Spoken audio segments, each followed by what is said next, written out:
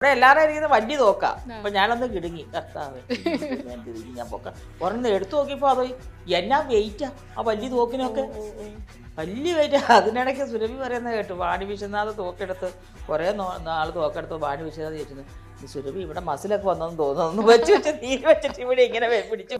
അപ്പൊ അന്ന് വളരെ സ്നേഹത്തോടെ വന്ന് എൻ്റെ അടുത്ത് വന്ന് സംസാരിക്കുക, ഫോട്ടോ എടുക്കുകയൊക്കെ ചെയ്തു. പിന്നീട് ഞങ്ങൾ പടമെല്ലാം ഷൂട്ട് കഴിഞ്ഞപ്പം ആൽബം ഇറങ്ങുക, ആൽബം ഇറങ്ങി അങ്ങ് വൈഡ് സ്പ്രെഡായി. ഞങ്ങൾക്കത് പടത്തിന് ഭയങ്കര ഒരു, നമ്മുടെ പടത്തിന് അത് ഭയങ്കര ഒരു നല്ലതല്ലേ, അത്രയും ആൾക്കാർ അവനെ ഒന്നും കൂടെ ശ്രദ്ധിച്ചു. എല്ലാവർക്കും കൗതുകമായിരുന്നു, ഹനുമാൻ കാര്യം മുണ്ടെടുത്ത് വരുന്നു, പ്രസ് മീറ്റിന് വരുന്നു എന്നൊക്കെ. അതാണ് നമ്മുടെ എളിമത്വം പറയുന്നത്. അത് നമ്മൾ യാത്രയിൽ അത് അമ്പിളിച്ചേട്ടൻ ആ സമയത്ത് ഭയങ്കര ബിസിയാണ്. അമ്പിളിച്ചേട്ടനെ കിട്ടാനേ ഇല്ല. അമ്പിളിച്ചേട്ടൻ അവിടെ നിന്ന് ഓടി ഇവിടെ നിന്ന് ഓടി. ഞാനൊക്കെ ഒരു 5-6 പ്രാവശ്യമെങ്കിലും വന്ന് സെറ്റിൽ നിന്ന് വന്നിട്ട് കാറ് തിരിച്ചു പോന്നിട്ടുണ്ട് അമ്പിളിച്ചേട്ടൻ ഇല്ലാത്തതുകൊണ്ട്. അതുപോലെ ബിസിയാണ് അമ്പിളിച്ചേട്ടൻ. അമ്പിളിച്ചേട്ടൻ അത് ശേഷം പിന്നെ അമ്പിളിച്ചേട്ടൻ ആ അന്നേരം പിന്നെ ഞാൻ കഴിഞ്ഞ ദിവസം മറ്റേ ഇവിടെ ഫെസ്റ്റിവൽ നടന്നില്ല തിരുവനന്തപുരത്ത്, ആ സമയത്ത് അമ്പിളിച്ചേട്ടൻ്റെ അടുത്ത് പോയി. അമ്പിളിച്ചേട്ടനെ കണ്ടു, എന്നെ മനസ്സിലായി, ചുണ്ടാനിക്ക് എൻ്റെ പേര് പറഞ്ഞു, നമുക്ക് ഒരുമിച്ച് അഭിനയിക്കാൻ എന്ന് ചോദിച്ചപ്പോൾ കൈകൊണ്ട് ഇങ്ങനെ കാണിച്ചു. അത് കണ്ടപ്പോൾ ഭയങ്കര ഒരു വിഷമം, ഭയങ്കര വേദനിച്ചു മനസ്സ്. ഹായ്, ഇന്ന് എൻ്റെ കൂടെ ഉള്ളത് 1/4 നൂറ്റാണ്ട് പിന്നിട്ട കരിയറിൽ ഇതുവരെ ചെയ്തതിലെല്ലാം വ്യത്യസ്തമായൊരു വേഷം ചെയ്ത് അത് സക്സസ് ആയതിൻ്റെ സന്തോഷത്തിലിരിക്കുന്ന ഒരാളാണ് പൊന്നമ്മ ബാബു. ചേച്ചി സ്വാഗതം. നമസ്കാരം. റൈഫിൾ ക്ലബ്ബ് ഇപ്പൊ ചേച്ചിയെ ഞാൻ ആദ്യം വിളിക്കുമ്പോ ചേച്ചി പറയുന്നത് ഇതും കൂടി എനിക്ക് ചെയ്യാനുണ്ടായിരുന്നുള്ളൂ, അതുമായി. പറയൂ അതിന്റെ ഒരു ഇപ്പോഴത്തെ ഒരു സന്തോഷം. പടം നന്നായി. ഇപ്പോൾ ഞങ്ങളെ ഒരുമിച്ചിരുന്നല്ലേ പോയി കണ്ട സിനിമ തിയേറ്ററിൽ. ഞങ്ങളിവിടെ എറണാകുളത്ത് എല്ലാവരും ഡയറക്ടർ ആഷിക്കാൻ പോകും, നമ്മുടെ ടീമെല്ലാം കൂടെ ഒരുമിച്ചിരുന്ന് ഞങ്ങൾ കാണുകയും നമ്മുടെ സീക്വൻസിൻ്റെ ഉള്ള ആൾക്കാരുടെ ആ ഒരാരവവും കയ്യടി ഒക്കെ നേരിട്ട് നമ്മൾ കണ്ടതാണ്. അപ്പോൾ അത് വളരെ സന്തോഷം. അങ്ങനെയൊക്കെ ഒരുപാട് കയ്യടികൾ നമുക്ക് ഇതിന് മുന്നുള്ള പടങ്ങളിൽ നമുക്ക് അനുഭവിച്ചിട്ട് ആളാണ് നമ്മൾ. എന്നാലും നമുക്ക് ഇപ്പോഴും നമുക്ക് ആ ഒരു കയ്യടി കിട്ടുന്നുണ്ടുള്ളത് ഓർത്തപ്പോൾ അത്, അല്ലെങ്കിൽ അത് കേട്ടപ്പോൾ കണ്ടപ്പോൾ ഒരുപാട് സന്തോഷം. ഇതിലിപ്പോ ആഷിക് കപൂർ സിനിമ എന്ന് പറയുമ്പോൾ ഞാൻ മനസ്സിലാക്കുന്നത് ആഷിക് കപൂർ ഫാൻസ് മാത്രമല്ല, വിമർശകരും കൂടെ ആഷിക് കപൂറിന്റെ സിനിമയ്ക്ക് വേണ്ടി വെയിറ്റ് ചെയ്യുന്നല്ലോ തോന്നാറുണ്ട് പലപ്പോഴും, പ്രത്യേകിച്ചും കഴിഞ്ഞ 2 സിനിമകൾക്കൊക്കെ ശേഷം. എന്താണ് ഇങ്ങനെ ചെയ്തു വെക്കുക എന്നുള്ളത് എല്ലാവർക്കും ഒരു കൗതുക. റൈഫിൾ വന്നപ്പോൾ ഇതിൽ സിനിമാറ്റോഗ്രാഫറാണ്, പ്രൊഡ്യൂസറാണ്, ഡയറക്ടറാണ്, 3 റോള് പുള്ളിയാണ് ചെയ്യുന്നത്. ചേച്ചി പുള്ളിയുടെ ഒരു സിനിമയുടെ ഭാഗമായി പുള്ളിയുടെ കൂടെ വർക്ക് ചെയ്യുക എന്നുള്ളത് എങ്ങനെയായിരുന്നു എക്സ്പീരിയൻസ്? ആഷിഖിനെ പറ്റി പറയുകയാണെങ്കിൽ ഞാൻ ചോദിക്കട്ടെ, ആഷിഖിൻ്റെ എല്ലാ പടം നമ്മളൊന്ന് എടുത്തു നോക്കി, എല്ലാം വേറൊന്നല്ലേ? അതെ അതെ. അങ്ങനെ ചിന്തിക്കുക, അങ്ങനെയൊക്കെ പടങ്ങൾ ചെയ്യാൻ പറ്റുക എന്ന് തന്നെ പറയുന്നത് അവരൊക്കെ എന്തുമാത്രം അത് ആലോചിച്ചിട്ടൊക്കെ ആയിരിക്കും ഒരു പടം ചെയ്യുന്നത്. ചിലത് ഫ്ലോപ്പ് ആവാം, ചിലത് സക്സസ് ആവാം. ആരും ഫ്ലോപ്പ് ആവണമെന്ന് വിചാരിച്ചിട്ടല്ലല്ലോ ഓരോ പടം എല്ലാവരും എടുക്കുന്നത്. എല്ലാവരും ഓടണം, ഹിറ്റ് ആവണം എന്ന് വിചാരിച്ചിട്ട് തന്നെയാണല്ലോ എടുക്കുന്നത്. അപ്പം ഇങ്ങനെയുള്ള എനിക്ക് ഒരുപാട് ഇഷ്ടമാണ് ആഷിഖിൻ്റെ മൂവീസുകൾ. ഞാൻ 24 നമ്മുടെ റീമ അഭിനയിച്ച പടം മുതലേ ഞാൻ ഭയങ്കര ഫാനാണ്. അന്ന് മുതലേ എനിക്ക് ഭയങ്കര ഇഷ്ടമാണ് ആഷിഖിൻ്റെ പടം. അപ്പോൾ ഓരോ പടം ചെയ്യുമ്പോഴും ആഗ്രഹിക്കും ആഷിഖിൻ്റെ ഒരു പടം ചെയ്തിരുന്നെങ്കിലും ഇങ്ങനെ ആഗ്രഹിച്ചായിരുന്നു. ഇങ്ങനെയൊക്കെ വിളിക്കുന്നതെന്ന് ഞാൻ വിചാരിച്ചില്ല, ആഗ്രഹിച്ചു. അപ്പോൾ ആഗ്രഹിച്ചുകൊണ്ടാണോന്നും അറിയില്ല, വിളി വന്നു. എങ്ങനെയാ വിളി വന്നത്? ആ വിളി വന്ന് ഈ ക്യാരക്ടർ പറഞ്ഞപ്പോൾ ചേച്ചിയുടെ ഒരു വിളി വന്നത് എന്നോട് പറഞ്ഞു, ആഷിഖിൻ്റെ ചേച്ചി ആഷിഖ് പറഞ്ഞിട്ട് വിളിക്കുക. അപ്പോൾ പയ്യൻ്റെ പേരും പറഞ്ഞായിരുന്നു കേട്ടോ, മറന്നുപോയി ഞാൻ. അപ്പോൾ ഇങ്ങനെ നമുക്കൊരു 25-30 ദിവസം ഡേറ്റ് വേണം. അപ്പോൾ അത് ചേച്ചിക്ക് ആ ഡേറ്റ്സ് ഉണ്ടോ എന്ന് ചോദിച്ചാൽ വിളിച്ചത്. അപ്പോൾ ഞാനത് ഡേറ്റ്സ്, അപ്പോൾ അതിനിടയ്ക്ക് വേറൊരു പ്രൊജക്റ്റ്, പിന്നെ ഒരു സീരിയൽ തന്നെയാണ്, അതിങ്ങനെ സംസാരിച്ച് നിൽക്കുകയായിരുന്നു. എന്തായാലും ഞാനത് എടുത്തില്ല, എനിക്ക് ആ കഥ ഇഷ്ടപ്പെട്ടില്ല. അപ്പോൾ ഓൾറെഡി ഞാനൊരു മിസ്സസ് ഹിറ്റ്ലർ എന്നും പറഞ്ഞൊരു സീരിയൽ കഴിഞ്ഞ്, നല്ല ഹിറ്റ് സീരിയൽ, ഞാനത് മെയിൻ റോളുമായിരുന്നു. അപ്പോൾ പിന്നീട് അതിന് ശേഷം പല കഥകൾ കേട്ടു, പലതും വന്നിട്ട് ഞാനത് എടുത്തില്ല. ഒരെണ്ണം വന്നു നിന്ന് ഇങ്ങനെ നിൽക്കുന്ന സമയത്താണ് അത്രയ്ക്ക് താല്പര്യമില്ല അത് എടുക്കാൻ. ആ സമയത്താണ് എനിക്ക് ഇത് വന്നത്. ആ സമയത്ത് ഞാൻ ആ സീരിയൽ എടുത്തിരുന്നെങ്കിൽ എനിക്ക് പടം ചെയ്യാൻ പറ്റത്തില്ല, മനസ്സിലായോ? ഞാൻ ആ സീരിയലിന്റെ ഡേറ്റ് കൊടുക്കൂലേ. അപ്പം പിന്നെ ഒരു കാര്യം എന്ന് വെച്ചാൽ ഞാൻ സീരിയൽ ഡേറ്റ് കൊടുക്കുമ്പോൾ അവരുടെ അടുത്ത് ഞാൻ പറയും, ഞാൻ ഓൾറെഡി ഞാനൊരു സീരിയൽ അഭിനയിക്കുന്ന ആർട്ടിസ്റ്റ് മാത്രമല്ലല്ലോ, ഞാനൊരു സിനിമ കൂടെ ചെയ്യുന്ന ആളാകുമ്പോൾ നിങ്ങൾ അവിടെ പറയും, നിങ്ങൾ സിനിമ വരുമ്പോൾ ഒക്കെ അത് അഡ്ജസ്റ്റ് ചെയ്തേക്കണം. അപ്പം ഞാൻ ചെയ്തിട്ടുള്ള എല്ലാ ഡയറക്ടേഴ്സും അല്ലെങ്കിൽ എല്ലാ ബാനറുകളും അത് അംഗീകരിക്കാറുണ്ട്. ഈ പിന്നെ തീർച്ചയായും ചേച്ചി കുറച്ച് ദിവസം മുമ്പ് നേരത്തെ പറഞ്ഞാൽ മതി, ഞങ്ങളത് അഡ്ജസ്റ്റ് ചെയ്ത് തരാം എന്നവർ പറയുമായിരുന്നു. പക്ഷേ ഈ 30 ദിവസം ഒന്നിച്ചു കൊടുക്കുമ്പം ഞാൻ അതിനകത്തൊരു അമ്മയായിരിക്കും, ഞാൻ ഈ 30 ദിവസത്തെ എവിടെ പോയി? അപ്പോൾ അത് അവരെ ബുദ്ധിമുട്ടിച്ചില്ലല്ലോ ഞാൻ. അപ്പോൾ അത് ഞാൻ അപ്പം തന്നെ ഇത് ഫിക്സ് ചെയ്തു, ഞാൻ ആഷിക്കിൻ്റെ പടം ചെയ്യുന്നുള്ളൂ തീരുമാനിച്ചു. ഞാൻ പറഞ്ഞു മോനെ ഞാൻ ഓക്കെയാണ് മോനെ, എൻ്റെ കഥാപാത്രം എന്ന് വെച്ച് ഒരു ഒരു റിച്ച് ഫാമിലിയാണ്, ഒരു ക്ലബ്ബാണ് എന്നൊക്കെ പറഞ്ഞു. പക്ഷെ ഇതിൻ്റെ പ്രത്യേകതകളോ കാര്യങ്ങളോ ഒന്നും എൻ്റെ അടുത്ത് പറഞ്ഞില്ല. അപ്പോൾ എന്തെങ്കിലും ഇല്ലാതെ എന്നെ വിളിക്കില്ലല്ലോ, ഞാനതാ ഓർത്തത് മനസ്സിൽ. അപ്പോൾ അങ്ങനെ ഞാൻ സെറ്റ് ചെയ്ത് കണ്ടപ്പോൾ തന്നെ ശ്യാം പുഷ്കർ പറഞ്ഞു, ഞങ്ങളുടെ പല പടങ്ങളിലും ഞങ്ങൾ ചേച്ചി ആലോചിക്കുന്നതാ, ചേച്ചിയെ പ്ലേസ് ചെയ്യാൻ പറ്റിയ കഥാപാത്രങ്ങൾ ഇതുവരെ ഞങ്ങളുടെ ഇതിലോട്ട് വന്നില്ല. ഞങ്ങൾ പല പടങ്ങളും ചേച്ചിയുടെ പേരുകൾ, ഞങ്ങൾക്ക് ചേച്ചിയുടെ പേരുകൾ വന്നിട്ടുണ്ട്. എന്തായാലും നമുക്ക് ഇതിനകത്ത് നമുക്കൊരു ചെയ്യാൻ പറ്റിയത് ചേച്ചിയെ ചേച്ചി വിളിക്കാൻ സാധിച്ചാലും ചേച്ചി വന്നതിലും എന്നൊക്കെ പറഞ്ഞ് അവർ ഭയങ്കര സന്തോഷം പ്രകടിപ്പിച്ചു. ശ്യാം പുഷ്കറും നമ്മുടെ ആഷിക്കപ്പം കൂടെ വന്നപ്പോൾ എല്ലാവരും ഭയങ്കര, അന്ന് പൂജയാണ്, ഞങ്ങൾ ചെല്ലുന്ന ദിവസം തന്നെ അന്ന് പൂജയാണ് അവിടെ വെച്ച് തന്നെ. ആഷിക്കിന്റെ അമ്മ വന്നിട്ടാണ് അവിടെ സ്വിച്ച് ഓണൊക്കെ ചെയ്യുന്നത്. ഞങ്ങളെല്ലാം സഹകരിച്ച് എല്ലാവരും ഭയങ്കര സ്നേഹത്തോടെ അങ്ങോട്ടും ഇങ്ങോട്ടൊക്കെ ചെയ്ത് ഭയങ്കര സ്നേഹമായിരുന്നു, നല്ല സ്നേഹമുള്ള സെറ്റായിരുന്നു. ഒരു ഫാമിലി തന്നെയാണല്ലോ ഈ ക്ലബ്ബ്. ശരിക്കും സിനിമയെ കാണുമ്പോഴും ഒരു കുടുംബം പോലെയാ തോന്നുന്നല്ലേ ഒരു ക്ലബിനെക്കാളും. ആ സെറ്റ് എൻ്റെ ജീവിതത്തിൽ ഒരിക്കലും ഞാൻ ഇനി എത്ര സിനിമ ചെയ്താലും ഇനി എത്ര പടത്തിൽ പോയാലും ചിലപ്പോൾ ഇനി അറിയില്ല, ഇനി ഇതുപോലൊക്കെ ഒരെണ്ണം കിട്ടുമോ എന്നറിയില്ല. പക്ഷേ ഇത് ഇത് മറക്കാൻ പറ്റത്തില്ല. നമ്മുടെ ലൈഫിലും നമ്മുടെ ജീവിതത്തിലും മനസ്സിൽ എപ്പോഴും ഇങ്ങനെ സന്തോഷത്തോടെ ഇങ്ങനെ നമ്മുടെ മനസ്സിൽ നിൽക്കുന്ന കാര്യങ്ങൾ, അവിടെ ഒരുപാട് നല്ല കാര്യങ്ങളുണ്ടായി. ഈ തോക്കെടുക്കുന്നുണ്ട്, റൈഫിൾ ക്ലബ്ബാണ്, അവിടെ ആരും തോക്കെടുക്കാത്തില്ല. അപ്പം അത്രയും തെളിഞ്ഞ ആളായിട്ട്, നമ്മൾ ആദ്യം തോക്കെടുക്കുന്ന ആളൊന്നുമല്ല, ഇതിൽ അഗ്രഹണ്യാണ് നമ്മൾ എന്നുള്ള രീതിയിലാണ്. അപ്പൊ തോക്ക് പിടിച്ചു പോലും ശീലം കാണില്ലല്ലോ ഇന്ന് വരെ സിനിമയിൽ. വാണിചേച്ചിയൊക്കെ പിന്നെയും തോക്ക് പിടിച്ചിട്ടുണ്ടെന്ന് വിചാരിക്കാം. മിക്കവാറും തോക്ക് എടുത്തിട്ടുള്ള ആൾക്കാരാണ്, ഞാൻ മാത്രമേ ഉള്ളൂ, ഞാൻ എടുത്തിട്ട് പോലും ഇല്ല തോക്ക്. അവിടെ എല്ലാവരും ഇരിക്കുന്നത് വലിയ തോക്കാ. അപ്പൊ ഞാനൊന്ന് കിടുങ്ങി, കർത്താവേ ഞാൻ പൊക്ക ഒരെണ്ണം എടുത്തു നോക്കിയപ്പോ അത് എന്നാ വെയിറ്റാ ആ വലിയ തോക്കിനൊക്കെ, വലിയ വെയിറ്റ്. അതിനിടയ്ക്ക് സുരഭി പറയുന്നത് കേട്ടു, വാണി വിശ്വനാഥ് തോക്കെടുത്ത് കുറേ നാൾ തോക്കെടുത്ത് വാണി വിശ്വനാഥ് ചോദിച്ചു, സുരഭി ഇവിടെ മസിലൊക്കെ വന്നെന്ന് തോന്നുന്നു, വെച്ചിട്ട് നീര് വെച്ചിട്ട് ഇവിടെ ഇങ്ങനെ കാലം കൂടി ഇങ്ങനെ തമാശായിട്ട്. എന്താ പറയുക, എനിക്ക് അവിടെ നമുക്ക് തോക്ക് നമ്മളെ എക്സ്പീരിയൻസ് ചെയ്യാൻ അവിടെ ആൾക്കാരുണ്ടായിരുന്നു, പ്രത്യേകം ടീമുണ്ട് അവിടെ. കാരണം എങ്ങനെ പിടിക്കണം, എങ്ങനെ ഷൂട്ട് ചെയ്യണം. ഷൂട്ട് ചെയ്യുന്നതിനേക്കാൾ ഉദ്ദേശിച്ചു കഴിഞ്ഞാൽ നമ്മൾ ഷൂട്ട് ചെയ്യുമ്പോൾ ഈ വെടി പൊട്ടുമ്പോൾ നമ്മൾ ഞെട്ടും ആദ്യം. കൊള്ളവനല്ല ഞെട്ടുന്നത്, നമ്മളാണ് ഞെട്ടുന്നത് ആദ്യം. നമ്മളിങ്ങനെ പൊട്ടിക്കുമ്പോൾ നമ്മളവിടെ ഇങ്ങനെ പേടിക്കും. ആ പേടിച്ച പൊട്ടിക്കുന്നതിന് വല്ല അർത്ഥമുണ്ടോ? അത് കഴിഞ്ഞ് നമ്മളൊന്ന് പ്രാക്ടീസ് ചെയ്ത് നമ്മൾ അതിൻ്റെ ഒച്ചയൊക്കെ ഒന്ന് ആൾക്കത് മനസ്സിലോട്ട് നമ്മൾ ഇരുത്തി അതിന് ശേഷം. പക്ഷെ ഞാൻ എൻ്റെ ആ സീക്വൻസിൽ എൻ്റെ അത് ഒറ്റ ടേക്കിൽ അത് ഓക്കെ ആയി. അത് ഭയങ്കര ഇതായിരുന്നു, ഒറ്റ ടേക്കിൽ അത് ഓക്കെ ആയ സംഭവം. പിടിക്കുന്നതിന്റെ ഒക്കെ ഒരു വിറയിൽ അങ്ങനത്തെ ഒക്കെ ഉണ്ടായിരുന്നോ തുടക്കത്തില്? ഇല്ല, ഞാൻ അതിന് മുമ്പേ ഒന്ന് പിടിച്ച് എന്നെ പഠിപ്പിച്ച് എന്നെ കാണിച്ചു തന്ന് ഞാനതൊന്ന് നോക്കി വെച്ചൊക്കെ നോക്കി. ആദ്യം ഞാൻ പ്രാക്ടീസ് ചെയ്തപ്പോൾ ഞാൻ ഞെട്ടിയായിരുന്നു, ശീലമില്ലാത്തതല്ലേ. ആ സൗണ്ട് കേട്ടപ്പോൾ നമ്മളെ ഞെട്ടിപ്പോവും. അപ്പൊ നമ്മളൊരാളെ ഷൂട്ട് ചെയ്യുമ്പോൾ നമ്മൾ ഞെട്ടിയല്ല ആ ഒരു സീനിന്റെ ഒരു പഞ്ച് പോകത്തില്ലേ. അപ്പൊ അത് നമ്മളവിടെ പ്രാക്ടീസ് ചെയ്തിട്ടാണ് ഇപ്പുറത്ത് നമ്മളെ ഇങ്ങനെ ഇവിടെ നമ്മുടെ തോക്കൊക്കെ തന്ന് നമ്മൾ ചെയ്തേ. ഇതിന്റെ ലൊക്കേഷൻ എവിടെയായിരുന്നു? മുണ്ടക്കൈ. 40 ദിവസം അവിടെ തന്നെ ഈ നമ്മൾ ഈ സിനിമയിൽ കാണുന്ന എന്താ വീട്, അത് സെറ്റ് ചെറിയ വീടുണ്ടായിരുന്നു അവിടെ. അത് നല്ല മോഡിഫൈ ചെയ്ത് നമ്മുടെ അജയൻ ചേട്ടൻ നമ്മുടെ മഞ്ഞുമ്മലൊക്കെ അപാര സെറ്റല്ലേ. എന്നാ സെറ്റ് വർക്ക്, അതിനകത്തെ വർക്കുകൾ അതൊക്കെ ഒത്തിരി ആൾക്കാർ പറഞ്ഞു. അതിനകത്തെ സെറ്റ് വർക്കുകളും പിന്നെ അതിനകത്തെ ആ ഒരു എന്താ പറയുക അതിന്റെ ലൈറ്റ്സും. പിന്നെ അത് ഈ ക്ലബിന്റെ അകത്തൊരു നൈറ്റ് ഡ്രിങ്ക് ചെയ്യുന്ന ഒക്കെ ഒരു സ്പേസ് അല്ലേ, ഒരു ബാർ പോലത്തെ സ്പേസ്, ചീട്ട് കളിക്കുന്ന എല്ലാവരും. അതെ, നമ്മളെ പേടിപ്പിക്കാൻ വരുന്ന അവന്മാര് പേടിച്ചതിക്കുന്നത്. അതെ, സാധാരണ ഒരു വീട്ടോട്ട് കയറി ഒരാൾ 3-4 ടകടക്കാൻ നോക്കും, നമ്മൾ പേടിച്ച് കാറി അലിച്ച് അയ്യോ രക്ഷിക്കണം, നമ്മൾ അലറുമല്ലേ, എല്ലാരും കൂളായി ഇങ്ങനെ നിൽക്കുമല്ലേ.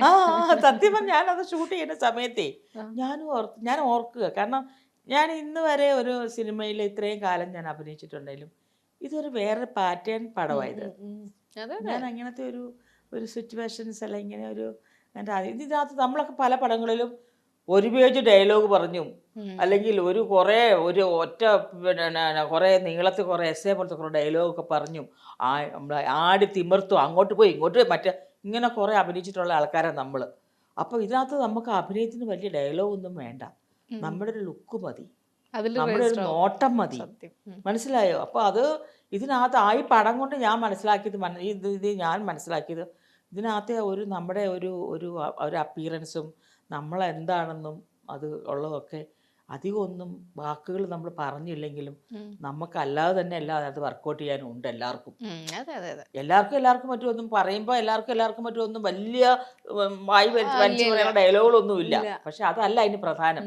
പണ്ട് എൻ്റെ അടുത്ത് ശ്രീനിവാസ സാറ് പറഞ്ഞിട്ടുണ്ട്, പണ്ട് എൻ്റെ അടുത്ത് സാറ് പറഞ്ഞിട്ടുണ്ട്, ഏതോ ഒരു ഏതോ പൈലറ്റ്സ് ആണോ ഏതോ ഒരു പടത്തിനകത്താണോ അതോ സ്വയംവര പന്തലാണോ ഏതോ പടത്തിനകത്ത് ഡയലോഗ്സിൻ്റെ എന്തോ കാര്യം പറഞ്ഞു, എന്തോ പക്ഷേ ആരോ പറഞ്ഞപ്പോൾ ഞാൻ അടുത്ത് നിൽക്കുക. അപ്പോൾ ആരോ ഒരു കുട്ടി പറഞ്ഞു, സാറേ എനിക്ക് ഡയലോഗ് ഇല്ല, എനിക്ക് 2 ഡയലോഗ് വേണമെന്ന് പറഞ്ഞു. അപ്പോൾ ഞാൻ അടുത്ത് പെട്ടപ്പോൾ അപ്പോൾ സാറ് അവരോട് പറയുക, മോളെ ഡയലോഗ് പറയുന്നത് നല്ല കാര്യം, മോളെ ഒരു ചെറിയ മോള് കുറേ ഡയലോഗ് പറഞ്ഞു, മോളൊരു ചെറിയ റിയാക്ഷൻ കാണിച്ചാൽ ആ ഇത്രയും ഡയലോഗ് പറഞ്ഞ ആടെ എഫക്റ്റ് ഈ റിയാക്ഷനിൽ തീരും. അതെനിക്ക് അനുഭവമാണ്. കാരണം ഞാൻ പറയാം, ഞാനൊരു സീരിയൽ ചെയ്യുക, ഒരു 15 വർഷം മുമ്പുള്ള കാര്യം കേട്ടോ, ഇത് 15 വർഷം 20 വർഷം മുമ്പുള്ള കാര്യം ഞാനീ പറയണേ. അഭിനയത്തെപ്പറ്റി പറഞ്ഞപ്പോൾ ഞാൻ പറഞ്ഞതാണ് എൻ്റെ എക്സ്പീരിയൻസ്. അപ്പം ഞാൻ ആ വീട്ടിൽ ഇച്ചിരി വഹിച്ചിട്ട് വല്ലഭയായ ഒരു സ്ത്രീയാണ്, എല്ലാവരെയും ഭരിച്ച് നടക്കുന്നൊരു സ്ത്രീ. അപ്പോൾ എന്നെ ഒതുക്കാനായിട്ട് വേറൊരാളെ ഇറക്കും. അത് ലളിതാശ്രീ, പണ്ടത്തെ ലളിതാശ്രീ ഇല്ലേ, ലളിതാശ്രീ ആ കഥാപാത്രമായിട്ട് വരുന്നത്. അപ്പോൾ അവർ വിളിച്ചു ഈ ഹസ്ബൻഡിൻ്റെ ഹസ്ബൻഡ് അവിടെ ഭാര്യയും ഭർത്താവിൻ്റെയും അവൻ്റെ അമ്മായിയാണ് ഞാൻ. അപ്പോൾ ഈ അമ്മായിയെ കൊണ്ട് ഈ മരുമകൾക്കാണ് ബുദ്ധിമുട്ട്. ഈ മരുമകളുടെ അമ്മയാണ് ഈ പറയുന്ന ലളിതശ്രീ. അപ്പോൾ ഈ ഇവർ വിളിച്ചു പറയും, അമ്മേ എനിക്കിവിടെ ജീവിക്കാൻ രക്ഷയില്ല, എന്നെ അവർ ഇവിടെ ഭയങ്കര ഇതാണ് കാണിക്കുന്നത്, നീ വിഷമിക്കണം, ഞാനങ്ങോട്ടെ അങ്ങ് ഒതുക്കി തരാമെന്ന് പറയും. അങ്ങനെ ഇവർ വന്ന് ലാൻഡ് വന്ന് ഇവർ മുൻ DYSP-യാണ്, അവർ പെൻഷൻ പറ്റിയതാണ്. അവർ വന്നിറങ്ങി ഞാനിവിടെ എന്തോ ഉണ്ടായിക്കൊണ്ടിരിക്കുമ്പോൾ ഇവർ വന്നിട്ട് എന്നെ കുത്തി നോവിക്കാൻ വരും. ഞാനവിടെ ചായ എടുക്കുന്നു, കാപ്പി എടുക്കുന്നു, മൈൻഡ് ചെയ്യുന്നില്ല. അപ്പോൾ ഇവർ പുറകെ വന്നിട്ട് ഭയങ്കര ഡയലോഗാണ്, നിന്നെ അങ്ങനെ ചെയ്ത് കളയും, നീ എന്ത് വിചാരിച്ചു എൻ്റെ മോളെ പറ്റി, നീ എൻ്റെ മോളെ നീ വിഷമിപ്പിക്കുമോ, ഇതിന്നും ഒന്നിലും തുടങ്ങിയ കാര്യമില്ലെന്ന് പറഞ്ഞിട്ട് എന്നെ ലാസ്റ്റ് ഒരു കാര്യം അവർ ചോദിക്കും, യു അണ്ടർസ്റ്റാൻഡ് എന്ന്. മോൾ എന്നോട് ചോദിക്കണം, യു അണ്ടർസ്റ്റാൻഡ് എന്ന് ലാസ്റ്റ് ഞാൻ പറയുമ്പോൾ എന്നോട് ചോദിക്കണം, യു അണ്ടർസ്റ്റാൻഡ് എന്ന് ചോദിക്കണം. ഇതെല്ലാം പറഞ്ഞു ഞാൻ ചോദിക്കും, ഡു യു അണ്ടർസ്റ്റാൻഡ്? അതിൽ പൊളിഞ്ഞു, എല്ലാം പോയി. അവിടുന്ന് ആ ഡയറക്ടർ ഇറങ്ങി ഒരു ഓട്ടം, അതാ സുധാകരൻ മംഗളോദയ ഡയറക്ടർ. സാറ് ഒരു വട്ടം ചുറ്റിയിട്ട് അത് കയറി വന്ന് ചിരിച്ചിട്ടേ, കാരണം ഇത്രയും ഡയലോഗ് പറഞ്ഞ് എല്ലാം വന്നിട്ട് അതിനകത്ത് എല്ലാം ഉണ്ടാക്കി വന്നതാ. എൻ്റെ ആ ഒറ്റ റിയാക്ഷനിൽ അവിടെ തീർന്നു. അതാണ് ജഗതി ചേട്ടൻ. ഇപ്പം അമ്പിളിച്ചേട്ടനാണെങ്കിലും പല പടങ്ങളും അമ്പിളിച്ചേട്ടൻ ചില റിയാക്ഷൻസ് ഡയലോഗ് എന്തിനാ, അത് മാത്രമേ ഓർക്കുള്ളൂ. നമ്മളിപ്പം മീം എന്ന് പറഞ്ഞിടുന്നത് അതല്ലേ, ഡയലോഗ് അല്ലല്ലോ, സ്റ്റിക്കർ ഇടുന്നത് അതാണല്ലോ. അതാ പറയുന്നത്, അതാ ഞാൻ പറഞ്ഞത്. അപ്പം അത് നമുക്ക് അതുപോലെ ഈ പടത്തിൻ്റെ കാര്യം ഞാൻ പറയുന്നത്. അപ്പം നമ്മൾ ഒരുപാട് വാരി വലിച്ച് ഡയലോഗ് പറയുന്നതിനല്ല കാര്യം. നമ്മുടെ ചെറിയ ചെറിയ ചെറിയ ഡയലോഗ്സിനേക്കാളും വീര്യം കൂടുതൽ നമ്മുടെ റിയാക്ഷൻസ്. അതെ അതെ തീർച്ചയായിട്ടും. ഇതില് ഈ പറഞ്ഞ പോലെ ഹനുമാൻ കൈൻഡ് ഹനുമാൻ കൈൻഡ് എന്ന് പറഞ്ഞാൽ വേറൊരു ഫാൻ ബേസ് ഉള്ള മനുഷ്യനാണ് ലോകം മുഴുവൻ.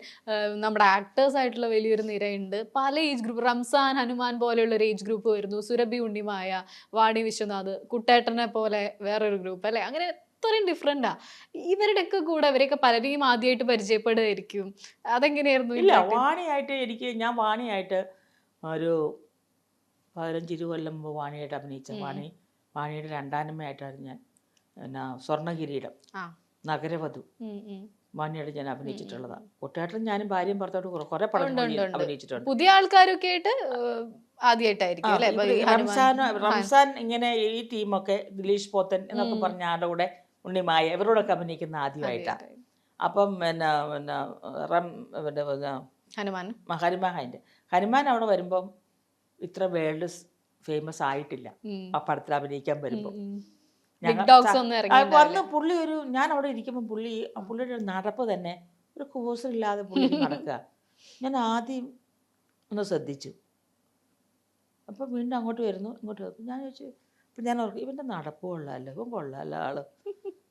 അപ്പം ഞാൻ അവരോട് ചോദിച്ചു, ഇവിടെ എന്താ ക്യാരക്ടർ? അനുരാ കശ്യപിൻ്റെ മോനായിട്ടാണ്, ഇച്ചിരി വില്ലൻ. ഞാൻ പറഞ്ഞു കൊള്ളാം കേട്ടോ എന്ന് പറഞ്ഞു. അപ്പോഴത്തേക്കും എൻ്റെ അടുത്ത് വന്നപ്പോഴത്തേക്കും ഹായ് ചേച്ചി, ഞാൻ പറഞ്ഞു ഹായ്, എൻ്റെ പേര് സൂരജ്.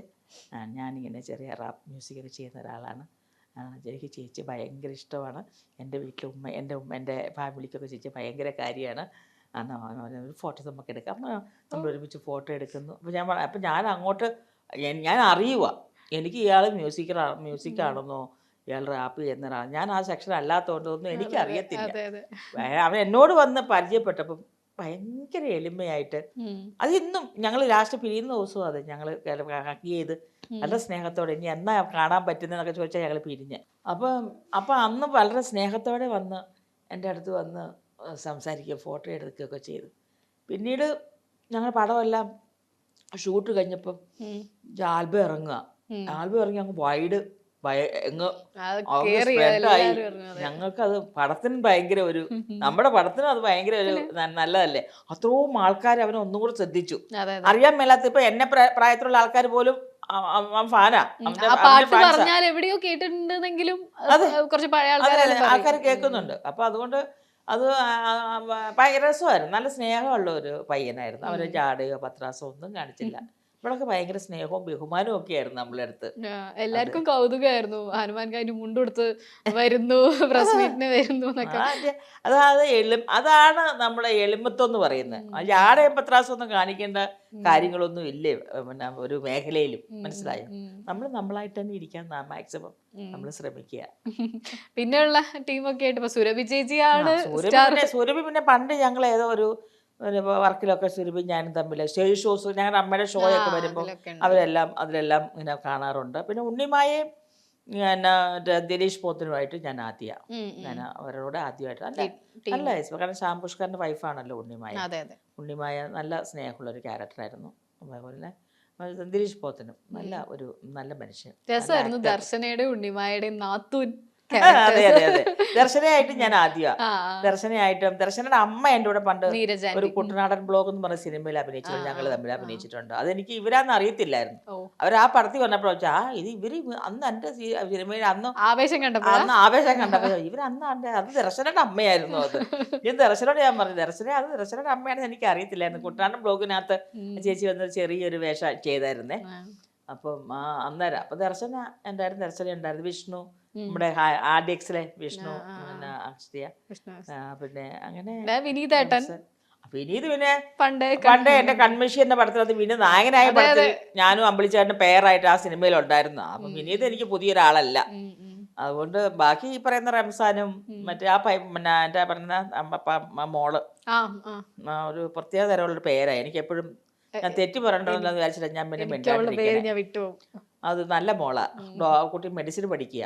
അവൾ നന്നായിട്ട് ഡാൻസും ചെയ്തു, നന്നായിട്ട് അഭിനയിച്ചിട്ടും ഉണ്ട്. റംസാൻ ഇപ്പൊ എല്ലാത്തിലും ഈ ഡാൻസ് അല്ലേ മുഖ്യമായിട്ട് വരുന്നത്. പക്ഷെ ഇതിനകത്തൊരു ക്യാരക്ടറും ചെറിയ ഫൈറ്റും ഒക്കെ ചെയ്ത് ആ ഒരു ഹീറോയിസം റംസാന്റെ ഭാഗം റംസാൻ നിലനിർത്തി. പിന്നെ രാമുചേട്ടന്റെ പേരായിട്ട് രാമുചേട്ടനാണ് എന്റെ ഹസ്ബൻഡായിട്ട്. പൊന്നൂസ് അതെ എല്ലാരും എന്നെ വിളിക്കുന്ന പേരാണ് പൊന്നൂസ്. അത് ഇരിച്ച് രാമുചേട്ടന്റെ പൊന്നൂസ് എന്ന്. അങ്ങനെ മിസ്സിസ് പൊന്നൂസ്, ശോശാമ്മ പൊന്നൂസ്. കഴിഞ്ഞ ഇന്റർവ്യൂ ഞാൻ തെറ്റിപ്പറഞ്ഞു എന്റെ പേര് സൂസൻ എന്നൊക്കെ പറഞ്ഞു. സൂസൻ വേറെ ആരുടെ പേരാ. എന്റെ അടുത്ത് പിള്ളേർ മമ്മിക്ക് ഇതൊന്നും ഓർമ്മയില്ലേ പേര്. ഞാൻ പറഞ്ഞു എടി ഞാനതാ വിചാരിച്ചേ സൂസൻ അവരാ, മമ്മി ശോശാമ്മയാ. ഞാൻ പറഞ്ഞു ശരി ശോശാമ്മയ്ക്ക് ശോശാമ്മ. ഞാൻ പറഞ്ഞു അറ്റത്ത് പൊന്നൂസ് എന്ന് കൂടി ഉണ്ടായിരുന്നു പറഞ്ഞു. ശോശാമ്മ പൊന്നൂസ് എന്നാണ് എന്റെ കഥാപാത്രത്തിന്റെ പേര്.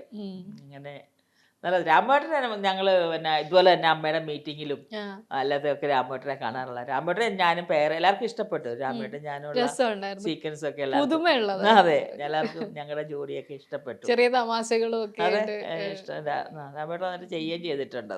ദിലീഷ് നായർ, ശ്യാം പുഷ്കരൻ, സുഹാസ് റൈറ്റേഴ്സ് ഉണ്ടല്ലോ, ഇവരുടെ പൊതുവേ ദിലീഷ് ശ്യാമേട്ടൻ്റെ ഒക്കെ ഒരു ഫീഡിങ് ആക്ടേഴ്സിന് ഇങ്ങനെ പറഞ്ഞ ക്യാരക്ടർ ആക്കുന്നൊക്കെ നമ്മൾ കേട്ടിട്ടുണ്ട്. ചേച്ചിയിലേക്ക് വരുമ്പോൾ എങ്ങനെയായിരുന്നു ഇവർ ഈ പറഞ്ഞു തരുന്നത്? അതായത് ഇവരുടെ ഇതിലൊക്കെ ചിലതിലൊക്കെ പറയാറുണ്ട് എഴുതി വെച്ച് അതുപോലെ പറയണമെന്നൊന്നുമില്ല, ചിലപ്പോൾ നമ്മളിലേക്ക് അത് ഫീഡ് ചെയ്ത് നമ്മളെ കൊണ്ട് പറയിപ്പിക്കും എന്നൊക്കെ. ഇവിടെ എങ്ങനെയായിരുന്നു ആ ക്യാരക്ടർ ആക്കുക എന്നുള്ളത്?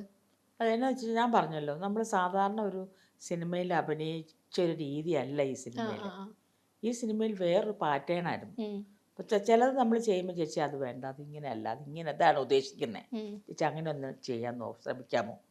ചെയ്യും. ഇപ്പം കറക്റ്റാണെങ്കിൽ അവിടെ നിന്നിട്ട് ഇങ്ങനെ കാണിക്കും ചേച്ചി ആര് അവര് നമ്മൾ ഓരോ ഡയലോഗ് പറയുമ്പോൾ അതല്ല അവർ ചേച്ചി അതല്ല ഇതിങ്ങനെയാണ് ആ ഡയലോഗ് നമ്മൾ ഉദ്ദേശിക്കുന്നതെന്ന് പറയും. അത് കറക്റ്റായിട്ട് പറയും അവരത്. നമ്മുടെ ഒരു ഇതിനകത്ത് നമുക്ക് എന്താ പറയുക, സാധാരണ ഒരു സിനിമയിൽ അഭിനയിക്കുന്ന പോലെ ആടിയോലഞ്ഞോ അല്ലെങ്കിൽ അങ്ങനെ അങ്ങോട്ട് പാസിങ്ങോ അല്ലെങ്കിൽ ചലനങ്ങൾ ഇട്ടോ ഒന്നും അല്ല. ഈ സിനിമയ്ക്ക് അതിൻ്റെ ആവശ്യം ഉണ്ടായിരുന്നില്ല. സിനിമയ്ക്ക് അതിൻ്റെതായ ആ ഒരു ഫ്രെയിമിൽ ഓരോ കാര്യങ്ങൾ ചെയ്യാനുള്ള ഓരോരുത്തർക്കും, എന്നോട് മാത്രമല്ല പലരോടും, നമുക്ക് ഇതിൻ്റെ ഒരു കഥയുടെ രൂപം ഞാൻ കറക്റ്റായിട്ട് മനസ്സിലാക്കുന്ന സെറ്റിൽ ചെന്നതിന് ശേഷമാണ്. സെറ്റിലിരുന്ന ശ്യാം പുഷ്കർ, സുഹാസ് കൂടി ഇരുന്ന് എല്ലാ ദിലീഷ് നായരും കൂടെ ഒക്കെ ഇരുന്നൊക്കെയാണ് ഈ ക്യാരക്ടർ ഇതാണ്, ചേച്ചിക്ക് ഇന്നടുത്ത് ഈ ഒരു സാധനമുണ്ട്, ചേച്ചിക്ക് ഇന്നടുത്ത് വരുമ്പോൾ ഇന്നൊരു സംഭവമുണ്ട്, അപ്പോൾ അങ്ങനെ ഒരു സംഭവമുണ്ട്. അപ്പോൾ നമുക്ക് ചെയ്യുമ്പോൾ ഒന്നും അത്ര ഒരു ഒരു ഒരു എന്താ പറയണേ, എല്ലാവർക്കും ചെയ്യുമ്പോൾ ഒന്നും അത്ര വലിയൊരു സംഭവമായിട്ടൊന്നും ഫീൽ ചെയ്തില്ല. നമ്മൾ അഭിനയിച്ചു, നമ്മളെടുത്ത് പോന്നു. അപ്പോൾ എന്നാലും നമുക്ക് തൃപ്തിയാണ്, നമുക്ക് സന്തോഷമാണ്. പിന്നീട് പടം കാണുമ്പോൾ ഇത്രയും ഉണ്ടോ. വാണി തന്നെ പറയായിരുന്നു, വാണി ഇതിനകത്ത് എനിക്ക് വലിയ കാര്യമായിട്ടൊന്നുമില്ല അതൊക്കെ വാണി പറഞ്ഞിട്ട് വാണി പറയും ഈ പടം കണ്ടിട്ട് അതിശയിച്ചു പോയി. കാരണം അയ്യോ അതിൽ ഈ ട്രെയിലറിൽ തന്നെ ഉള്ള ആണുങ്ങളാരും ഇല്ലേന്ന് ചോദിക്കുമ്പോൾ ഒരു എൻട്രി ഞങ്ങളൊക്കെ അത് കൈയടിച്ച്. അതെ, പഴയ 90s വാണി വിശ്വനാഥിനെ വീണ്ടും കാണുന്നതിന്റെ ഒരു സന്തോഷം തീർച്ചയായും. ഇപ്പൊ അതൊക്കെ ആയിരുന്നു അവിടെ അവര് കാര്യങ്ങളെല്ലാം പറഞ്ഞ് അവര് കറക്റ്റായിട്ട് തരുമായിരുന്നു. ഇതിനു മുമ്പ് ഇങ്ങനെ ഒരു വ്യത്യസ്തമായ ഒരു സിനിമ, ആ കാലഘട്ടത്തിലെ ഒരു പുതിയ സിനിമ എന്ന് പറഞ്ഞു വന്ന ഹണിബി ആയിരുന്നു. ഹണിബിയില് ബാബുരാജേട്ടനും മമ്മിയായിട്ടും ഇംഗ്ലീഷ് ഒക്കെ ഒരു ഇംഗ്ലീഷ് ഒക്കെ മിക്സ് ചെയ്ത് മലയാളം ഇംഗ്ലീഷും മിക്സ് ചെയ്ത്. അതെ അതെ. എന്നാ ഇടയ്ക്ക് ഇത്തിരി അല്ലാത്ത വർത്തമാനങ്ങളും പറയുമല്ലോ, കുട്ടുംകുറ്റിയായിട്ട് വരുന്ന സീൻ. അത് ഭയങ്കര വൈറലായിരുന്നു. അത് എനിക്ക് രസമല്ല, ഈ വൈറലാകുന്നൊക്കെ എനിക്ക് തന്നെയായി വരുന്നതേ. ഈ ആൾക്കാർ അറിയാത്ത ആൾക്കാർ എനിക്ക് തന്നെ അയച്ചുകൊണ്ടിരിക്കുക. അന്ന് ജീൻ പോൾലാൽ എങ്ങനെയാ വിളിക്കണേ? ജീന ചേച്ചി. ഞാൻ അവരുടെ ഒരു കുടുംബത്തിലെ അംഗം പോലെ ലാൽ സാറിന്റെ ഒക്കെ വീട്ടില്. കാരണം ഞാൻ ഈ ഫുഡ് തുടങ്ങിയ സമയത്തൊക്കെ എനിക്ക് ഒരുപാട് എനിക്ക് അവിടെ നിന്ന് നല്ല ബിസിനസ്. അവർക്കെന്നും അവരുടെ വീട്ടിലെ ആഘോഷവും ബർത്ത്ഡേ അവിടെ ഒരു 10-20-25 പേർക്ക് ഫുഡ് നമ്മൾ കൊടുക്കുമായിരുന്നു. ലാൽ സാറൊക്കെ നല്ല മനുഷ്യരല്ലേ. എൻ്റെ ലാൽ സാറിൻ്റെ വൈഫ് നാൻസി ഒക്കെ നല്ല, പിന്നെ മോന് മോള് ഒക്കെ ആയിട്ട് എല്ലാവരും ഒക്കെ ആയിട്ട് നല്ല സൗഹൃദമാണ് അവരുമായിട്ടൊക്കെ. അപ്പം അവരുടെ ആ പടം വന്നപ്പോൾ 1ലും 2ലും ഉണ്ടായിരുന്നു ഞാൻ. ഈ വിവാഹ ജീവിതത്തിന് ശേഷം അല്ലെങ്കിൽ വിവാഹം കഴിഞ്ഞതിന് ശേഷം കുട്ടികളുണ്ടായിട്ട് 3 കുട്ടികളാണ്, ഒരു അമ്മയും ഭാര്യയൊക്കെ ആയിട്ട് ആ കാലഘട്ടത്തിൽ സിനിമയിൽ സജീവമായി നിൽക്കുക എന്ന് പറഞ്ഞാൽ അത്രയൊന്നും എളുപ്പമായിരുന്നില്ല. നിങ്ങൾ വളരെ കുറച്ച് പേരെ അങ്ങനെ ചെയ്തിട്ടുള്ളൂ. അത് ഇത്രയും വ്യത്യസ്തമായ റോളുകൾ ചെയ്തല്ലേ, സമയം എടുക്കുന്ന ഒരു വർഷമൊക്കെ ഒരുപാട് സിനിമ ചെയ്ത വർഷങ്ങളൊക്കെ ഉണ്ട്. എങ്ങനെയാ അത് കൊണ്ടുപോയത്? ഈശ്വരൻ അല്ലാതെ ദൈവം നയിച്ചു അങ്ങ് കൊണ്ടുപോയി. ഞാൻ പോലും അറിഞ്ഞില്ല. എന്നെ ഞാൻ അങ്ങോട്ട് ഇങ്ങനെ അങ്ങ് ഒഴുകി അങ്ങ് പോയി. ദൈവം എന്നെ ഇങ്ങനെ നടത്തിച്ചു എന്ന് വേണം പറയാൻ. ഞാനൊന്നും പ്ലാൻ ചെയ്തതല്ല. ഇതൊക്കെ ഇപ്പൊ ഈ പടവും ഞാൻ പ്ലാൻ ചെയ്തതാണോ? ഇങ്ങനെ കഥാപാത്രം ചെയ്യുമെന്ന് ഞാൻ സ്വപ്നം പോലും കണ്ടിരുന്നതല്ല. നമുക്ക് ചിലപ്പോൾ സ്വപ്നങ്ങൾ, പ്രതീക്ഷകള്, ഞാൻ പ്രതീക്ഷിച്ച വേഷമായിരുന്നു, ഞാൻ സ്വപ്നം കണ്ട വേഷമായിരുന്നു ഒക്കെ വേണമെങ്കിൽ പറയാം. ഇത് ഞാൻ സ്വപ്നവും കണ്ടിട്ടില്ല, ഞാൻ പ്രതീക്ഷിച്ചിട്ടും ഇല്ലാത്ത വേഷം അത് ചെയ്തേക്കുന്നത്. അപ്പൊ എന്ന് പറഞ്ഞാൽ ഇത് ദൈവം ഇങ്ങനെ കൊണ്ട് തന്നതാ. ജോഷി സാറ് പണ്ട് പറഞ്ഞിട്ടുണ്ട്, പൊന്നമ്മ ബാബു ഇല്ലേ ഇവിടെ, ഒരു ചോദ്യം ചോദിച്ചില്ലേ? അത് വേഷം വേറെ റീടേക്ക് ആയിരുന്നു. ആ ഒരു ലയൻ എന്ന് പറഞ്ഞ സിനിമ ദിലീപിന്റെ. ആരോ വന്ന് അഭിനയിച്ച് ശരിയായില്ല. അപ്പോൾ സാറ് ചോദിച്ചു അവരൊക്കെ എവിടെ, ഇത് അവരെ വിളിക്കാഞ്ഞെന്ന് ചോദിച്ചു. പിന്നെ അങ്ങനെയാണ് ഞാൻ ആ പടത്തിൽ പോയി. ഞാൻ അഭിനയിക്കുമ്പോൾ അറിയുന്നില്ല അത് റീടേക്കാന്നുള്ളത്. വേറെ ആള് ചെയ്തു. ഞാൻ അങ്ങനെ ഞാൻ അഭിനയിച്ചിട്ടില്ല. അപ്പോഴാരോ ചെയ്തു വന്നൊന്നും ഇഷ്ടപ്പെടാത്തതുകൊണ്ട് ഒരു അഡ്വക്കേറ്റിന്റെ വേഷം ഞാനും അമ്പിളിച്ചേട്ടനോ കോമ്പിനേഷൻ അതിനകത്ത്. അപ്പോൾ അതിനകത്തൊരു അഡ്വക്കേറ്റായിട്ടായിരുന്നു. അങ്ങനെ ആ ഒരു അത് 2 സീനേ ഉള്ളൂ. പക്ഷെ ജോഷി സാറിന്റെ പടം വാഴുന്നൂരിൽ നല്ല വേഷമാണ് ജോഷി സാറിന്റെ പടം. പിന്നെ പിന്നെ സാറിന്റെ എടുത്തു പറയേണ്ട റോളാണ്. ഒരുപാട് നല്ല വേഷങ്ങൾ ചെയ്തിട്ടുണ്ട് സാറിന്റെ പടത്തില്. 2 സീൻ ചെയ്യുന്ന വേഷം ചെയ്തിട്ടുണ്ട്. ലാസ്റ്റ് ചെയ്ത് സാറിന്റെ പടം അവതാരമായിരുന്നു. ഇതുപോലുള്ള ജോഷി സാർ, വിമലയിൽ പോലുള്ള ഡയറക്ടേഴ്സിന്റെ ഒക്കെ കൂടെ വർക്ക് ചെയ്തിട്ടുണ്ട്. ജോഷി സാറിന്റെ ഒരുപാട് സിനിമകളുടെ ഭാഗമാവുക. സാറിന്റെ പടം 10-16 പടം ചെയ്തിട്ടുണ്ട് സാറിന്റെ പടം. പിന്നെ സാറിന് മിക്ക പടം അത് നല്ല വെറൈറ്റി സാറിന്റെ പടത്തിൽ എല്ലാം വ്യത്യസ്ത വേഷങ്ങളായിരുന്നു സാർ എനിക്ക് തന്നിട്ടുള്ളത്. ഈ ചോദ്യം തന്നെ ഉണ്ടല്ലോ, ജോഷി എന്നുള്ള ഡയറക്ടർ എന്താ മലയാളത്തിൽ നമുക്കറിയാം. പുള്ളി ചോദിക്കുകയാണ് പൊന്നമ്മ ബാബു ഇല്ലേ ഇവിടെ ഇത് ചോദിക്കാന്ന് പറയുമ്പോ നിങ്ങളിലെ ഒരു ആക്ടറെ അല്ലേ? അതിപ്പോ അതല്ലേ ഇപ്പൊ ഇപ്പോഴത്തെ കാലത്ത് ആൾക്കാർ ചോദിക്കുന്നത്. ഇപ്പൊ ഞാൻ എവിടെ പോയി, ചേച്ചി എന്താണ് സ്ക്രീനിൽ കാണാത്തേ, ചേച്ചി എന്താണ് വരാത്തേ എന്ന് കേൾക്കും. ഇന്നിപ്പോ തന്നെ നമ്മുടെ ഈ പടം ഇറങ്ങിയപ്പോ തന്നെ എത്ര ആൾക്കാരാ, അയ്യോ ഞങ്ങൾക്ക് ചേച്ചി സ്ക്രീനിൽ കണ്ടപ്പോ തന്നെ ഞങ്ങൾക്ക് എന്ത് സന്തോഷമാണ്, ചേച്ചി ഞങ്ങളുടെ സ്ക്രീനിൽ വരണേ ചേച്ചി, അപ്പൊ നല്ല കഥാപാത്രം വരണ്ടേ. അതെ അതെ. ഇപ്പൊ കുറച്ച് നാളായിട്ട് എണ്ണത്തിൽ കുറവ് വരുന്നുണ്ടല്ലോ, കഴിഞ്ഞ കുറച്ച് വർഷങ്ങളായിട്ട്. അത് ഈ പറഞ്ഞ നല്ല കഥാപാത്രങ്ങൾ ഒന്നും എന്റെ അടുത്തോട്ട് വന്നില്ല, കഥാപാത്രങ്ങളൊന്നും വന്നില്ല. അങ്ങനെ സെലക്റ്റീവ് തന്നെയാണ് അല്ലേ? അവർക്ക് സെലക്ട് ചെയ്തെന്ന് പറയാൻ പറ്റില്ല. എനിക്ക് ഒരു എന്തായാലും ചെയ്യാൻ പറ്റും. പിന്നെ വിളിക്കുന്നവരും വിചാരിക്കണം ചുമ്മാ ഒന്നോ ചെറിയ വേഷമൊക്കെ വിളിക്കത്തില്ലല്ലോ. എനിക്ക് എന്തെങ്കിലും പെർഫോമൻസ് ചെയ്യാനുണ്ടെങ്കിൽ അല്ലേ അവർക്ക് അവർ വിളിക്കത്തുള്ളൂ. അതുകൊണ്ട് അവർ വിളിച്ചില്ലാന്ന് പറഞ്ഞ് ഞാൻ അവരോട് വരുതാൻ പറഞ്ഞിട്ട് കാര്യമില്ലല്ലോ. എനിക്ക് എന്തെങ്കിലും ഒന്ന് ചെയ്യാനൊരു സംഭവം ഉണ്ടാവണം. ഈ ഹ്യൂമർ റോളുകൾ ചെയ്യുന്ന ഇപ്പൊ നമ്മളെപ്പോഴും എടുത്തു പറയുന്ന വളരെ കുറച്ചു പേരെ നിങ്ങൾ സ്ത്രീകൾ അത്ര പെർഫോം ചെയ്ത് തകർത്ത, അല്ലെങ്കിൽ ജഗതി ചേട്ടൻ്റെ, കൊച്ചിൻ ഹനീഫക്ക, ഇന്നസെന്റ് ഏട്ടൻ്റെ ഒക്കെ കൂടെ കട്ടയ്ക്ക് നിന്ന് പെർഫോം ചെയ്ത ആളുകളെ നമ്മൾ ഓർക്കുമ്പോൾ ചെറിയ ലിസ്റ്റാണ്. പ്രത്യേകിച്ച് സ്ത്രീകൾ അത് ചെയ്യുമ്പോൾ അത് ആക്സെപ്റ്റ് ചെയ്യണമെങ്കിൽ തന്നെ ഒരു കൂടുതൽ എഫേർട്ട് ഉള്ള പോലെ എനിക്ക് എപ്പോഴും തോന്നിയിട്ടുണ്ട്. അത് ആൾക്കാർക്ക് ഇങ്ങോട്ട് ഒരു ഹ്യൂമർ ചെയ്യുന്ന ഒരു സ്ത്രീയെ ആക്സെപ്റ്റ് ചെയ്യാനുള്ള ഇത്, അതും പണ്ടത്തെ കാലത്തെ സിനിമകളിലും അങ്ങനെ തകർക്കുമ്പോഴേ ഈ നാടകമാണോ നമ്മളൊരു ഇൻഹിബിഷനും ഈ മടിയൊക്കെ അങ്ങോട്ട് മാറ്റി തരുന്നത്? ഹ്യൂമർ ഞാൻ ചെയ്യുന്നൊരിക്കലും വിചാരിച്ച ഒരാളെ അല്ല കേട്ടോ. പിന്നെ ഹ്യൂമർ ഞാൻ ചെയ്തത് ഞാൻ മിനിസ്ക്രീനിൽ ആദ്യം ചെയ്തത് സ്ത്രീ. അവിടുന്ന് തുടക്കം. അവിടുന്നാണ് സിനിമാക്കാർക്ക് മനസ്സിലായത് എനിക്ക് എന്നിൽ ഇത്തിരി ഹ്യൂമറൂടെ നടക്കും എന്നുള്ളത് മനസ്സിലാക്കി VM വിനുവാണ്. VM വിനുവും നമ്മുടെ പിന്നെ വിനയൻ സാറും ഒക്കെയാണ് എനിക്ക് ആദ്യം അവസരം തന്ന. VM വിനുവാണ് കൺമഷി, അതിനുശേഷം മയിലാട്ടത്തില്. പക്ഷെ അതൊന്നും ഒരു ഹ്യൂമറിന്റെ ബ്രേക്കിലോട്ട് വന്നില്ല. ഹ്യൂമർ പിന്നെ ഞാൻ ചെയ്ത പിന്നെ അത്ഭുതദീപായിരുന്നു. അതും വലുതായിട്ടൊരു ബ്രേക്കിലോട്ട് വന്നില്ല.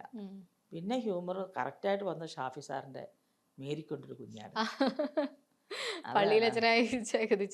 അപ്പോഴാണ് ഒന്നും കൂടെ പിന്നെ നോക്കേണ്ടി വന്നിട്ടില്ല. എല്ലാം മിക്സിംഗ് ആയിരുന്നു. കരയുന്ന അമ്മ ചെയ്തു, സ്പർശം പോലൊരു പടമൊക്കെ നമ്മുടെ അത് ഭയങ്കര. അത് ഞാനും മുരളിച്ചേട്ടനുമായിരുന്നു. ഞങ്ങളുടെ മോനായിട്ടായിരുന്നു, നമ്മുടെ മനോജ് കെ ജയനായിരുന്നു മോനായിട്ട്. ഷാജുവിന്റെ ഭാര്യ ചാന്ദിനിയായിരുന്നു ഒരു മോളായിട്ടൊക്കെ. ശരത്തുണ്ട് അതിനകത്ത്. അങ്ങനെ അത് നല്ലൊരു പടമായിരുന്നു. ഭയങ്കര സെന്റിമെന്റ്സ് ഉള്ള കരഞ്ഞ പടം ഞാൻ കുറെ അഭിനയിച്ചിട്ടുണ്ട്. പക്ഷെ ഇപ്പോഴത്തെ ജനറേഷൻ ഒന്നും അറിയത്തില്ല ഞാൻ കരയുന്ന അമ്മയാണ്.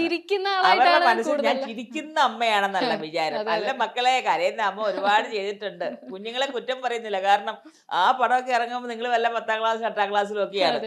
ഇന്ന് അവർ പഠിച്ചെല്ലാം ഇറങ്ങിയപ്പോൾ ചിലപ്പോൾ നിങ്ങൾ കാണുന്നത് ഇപ്പൊ പൊന്നമ്മ ചിരിച്ചഭിനയിക്കുന്നതാ. കവിയൂർ പൊന്നമ്മ കരയുന്ന അമ്മയോ, ആറന്മുള പൊന്നമ്മ ഒരു പാവം, പൊന്നമ്മ അത്യാവശ്യം ചിരിക്കുന്നതാണ് അവരുടെ വിചാരം. അല്ല കേട്ടോ, കരയുന്ന അമ്മ ചെയ്തിട്ടുണ്ട്. അതിൻ്റെതാണ് നീ വരുവോളം ഉണ്ട്, പിന്നെ കാരുണ്യമുണ്ട്, പിന്നെ നമ്മുടെ വാഴുന്നവരൊക്കെ നിങ്ങൾ കാണാം. അമ്പിളിച്ചേട്ടൻ്റെ കാല് പോയതിനു ശേഷമുള്ള സീൻസുകളുണ്ട്, അതുണ്ട്. പിന്നെ നമ്മുടെ ഇപ്പൊ പറഞ്ഞ ഈ സ്പർശം സിനിമ, പിന്നെ MD സാറിന്റെ 2 പടം ഞാൻ ചെയ്തിട്ടുണ്ട്. ഒന്ന് ജാനിക്കുട്ടി, 2 ജയറാമൻ്റെ ഒരു പടം ഉണ്ടല്ലോ, മറന്നുപോയല്ലോ. അയ്യോ, അതൊരു ഭാഗ്യം ഉണ്ടായിട്ടുണ്ട്. MD ഹരിഹരൻ്റെ ഒക്കെ പടങ്ങൾ ചെയ്യാന്ന് പറഞ്ഞ ആ സമയത്തൊക്കെ അത് വലിയൊരു. ഇന്നും അങ്ങനെ ഒരു പടം നടക്കുന്നില്ലല്ലോ. കാരണം മനസ്സിലായില്ലേ. അപ്പം MD സാറിന്റെ 2 പടം ചെയ്യാനുള്ള ഭാഗ്യം ഉണ്ടായി. പിന്നെ ഇങ്ങോട്ടല്ല എല്ലാവരും സിബി മലൈ സാറ്, സത്യനന്ദിക്കാട്, കമൽ സാറ്, ഷാജി കൈലാസ്, രാജീവ് കുമാർ, രാജീവ് അഞ്ചല് എന്ന് വേണ്ട. ഇപ്പത്തെ നിലയിലുള്ള ഷാഫി സാറ്, നമ്മുടെ ഡയറക്ടർ ചെയ്തു, ഉദയൻ, ജോഷി സാറ്, നമ്മുടെ എന്താ പറയണേ, ഇവരുടെ ലാൽ ജോസ് എന്ന് വേണ്ട. ഇപ്പൊ ആരെയാ പറയാത്തത്? മിക്കവരുടെ പടങ്ങളിലും ഞാൻ ഞാൻ അഭിനയിച്ചിട്ടുണ്ട്, അവരുടെയൊക്കെ പടങ്ങളിൽ. മയിലാട്ടം പറഞ്ഞു, മയിലാട്ടത്തിലെ ജഗതി ചേട്ടനുമായിട്ടുള്ള സീന് ഭയങ്കര രസം. അതൊരൊറ്റ ഷോട്ടിൽ നിങ്ങൾ ഇങ്ങനെ തകർത്തോണ്ടിരിക്കുക, കൗണ്ടറുകൾ പറഞ്ഞ് അവസാനം പൊന്നമ്മ എന്നൊരു വിളി, ഒരാട്ടും. അപ്പൊ കിടന്ന് അത് ചേച്ചി ഇങ്ങനെ നമ്മളങ്ങനെ കിടക്കുവാണ്, തലയിടിക്കുക പോലും അറിയില്ല. ഭയങ്കര രസമായിട്ട് അത് ചെയ്തിരുന്നു. നമ്മുടെ കയ്യിലൊക്കെ വന്ന് ഇവിടെ യൂട്യൂബിലും അവിടെ ഇവിടെ എല്ലാം കിടപ്പുണ്ട് ആ സീക്വൻസ്. രാത്രി പച്ചക്കറി നടാൻ പോയതാണ്. ഒന്നും പറയണ്ട. എങ്ങനെയായിരുന്നു അതൊരു ഒറ്റ ഷോട്ടൊക്കെ ഇങ്ങനെ? അന്ന് നമ്മൾ പഠിച്ചു. അന്നൊക്കെ ക്യാമറയിലല്ല, അന്നൊക്കെ ഫിലിമാണേ. ഇതുപോലെ ശബ്ദമില്ലാത്ത ക്യാമറയൊന്നും അല്ല. നമുക്ക് ഇങ്ങനെ ഫിലിം ഓടിക്കൊണ്ടിരിക്കുക. അത് നമ്മൾ രാത്രിയിൽ ഒന്നാമത് അമ്പിളിച്ചൻ ആ സമയത്ത് ഭയങ്കര ബിസിയാ. അമ്പിളിച്ചനെ കിട്ടാനേ ഇല്ല. അമ്പിളിച്ചൻ അവിടെ നിന്ന് ഓടി ഇവിടെ നിന്ന് ഓടി. ഞാനൊക്കെ ഒരു 5-6 പ്രാവശ്യമെങ്കിലും വന്ന് സെറ്റിൽ നിന്ന് വന്നിട്ട് കാറ് തിരിച്ചു പോന്നിട്ടുണ്ട് അമ്പിളിച്ചേട്ടൻ ഇല്ലാത്തതുകൊണ്ട്. അമ്പിളിച്ചേട്ടൻ ഉണ്ടെന്നും പറഞ്ഞ് വിളിച്ചു വരുത്തും. അമ്പിളിച്ചേട്ടൻ വരുമെന്നും പറഞ്ഞ് ഞാൻ മേക്കപ്പൊക്കെ ഇട്ടിരിക്കുമ്പോൾ അമ്പിളിച്ചേട്ടൻ വരത്തില്ല. അമ്പിളിച്ചേട്ടൻ ആ സെറ്റിൽ നിന്ന് വിടത്തില്ല ആ, അത് തീരാതെ. കാരണം അവർക്കറിയാം അമ്പിളിച്ചേട്ടൻ പോയാൽ ഇന്ന് കിട്ടത്തില്ലെന്ന്. പിന്നെ അടുത്ത സെറ്റില്. അതുകൊണ്ട് അമ്പിളിച്ചേട്ടനെ ഓടിച്ചിട്ട് പിടിക്കുകയായിരുന്നു എല്ലാവരും. ഒക്കെ ചെയ്യുന്നത് അങ്ങനെ ഒരു നടൻ ഞാൻ കണ്ടിട്ടില്ല. അങ്ങനെ ഇങ്ങനെ ഓടി നടന്ന് അഭിനയിച്ച ഒരു നടനെ മലയാള സിനിമയിൽ ഞാൻ കണ്ടിട്ടേ ഇല്ല. അതുപോലെ ബിസിയായിരുന്നു അമ്പിളിച്ചേട്ടൻ. അമ്പിളിച്ചേട്ടൻ അത് ശേഷം പിന്നെ അമ്പിളിച്ചേട്ടൻ ആ കാണാറുണ്ടോ ഇപ്പൊ? അന്നേരം പിന്നെ ഞാൻ കഴിഞ്ഞ ദിവസം ഇവിടെ ഫെസ്റ്റിവൽ നടന്നില്ല തിരുവനന്തപുരത്ത്. ആ സമയത്ത് അമ്പിളിച്ചേട്ടൻ്റെ അടുത്ത് പോയി അമ്പിളിച്ചേട്ടനെ കണ്ടു. എന്നെ മനസ്സിലായി. ചുണ്ടാനിക്ക് എൻ്റെ പേര് പറഞ്ഞു. നമുക്ക് ഒരുമിച്ച് അഭിനയിക്കണ്ടെന്ന് ചോദിച്ചപ്പോൾ കൈകൊണ്ട് ഇങ്ങനെ കാണിച്ചു. അത് കണ്ടപ്പോൾ ഭയങ്കര ഒരു വിഷമം, ഭയങ്കര വേദനിച്ചു മനസ്സ്.